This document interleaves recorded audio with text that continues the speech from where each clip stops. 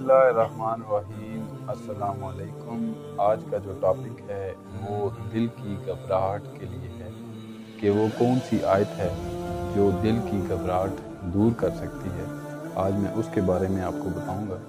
तो लिखते हैं कि जिस शख्स को इख्तिलाज कल्ब या दिल की धड़कन की शिकायत हो तो इस तवीज़ को लिख कर गले में इस तरह डाले कि तवीज़ दिल तक आ जाए, यानी दिल पर पड़ा रहे।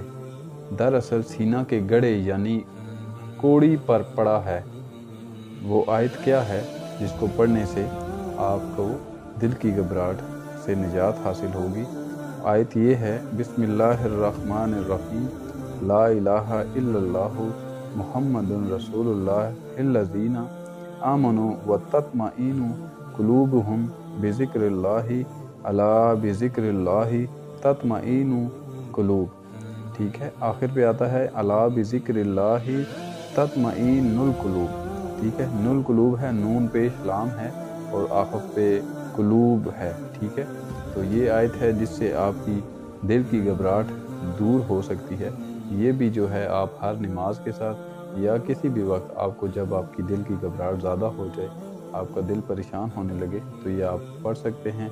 इसी के साथ इजाज़त चाहता हूँ। बहुत शुक्रिया। अल्लाह हाफिज़।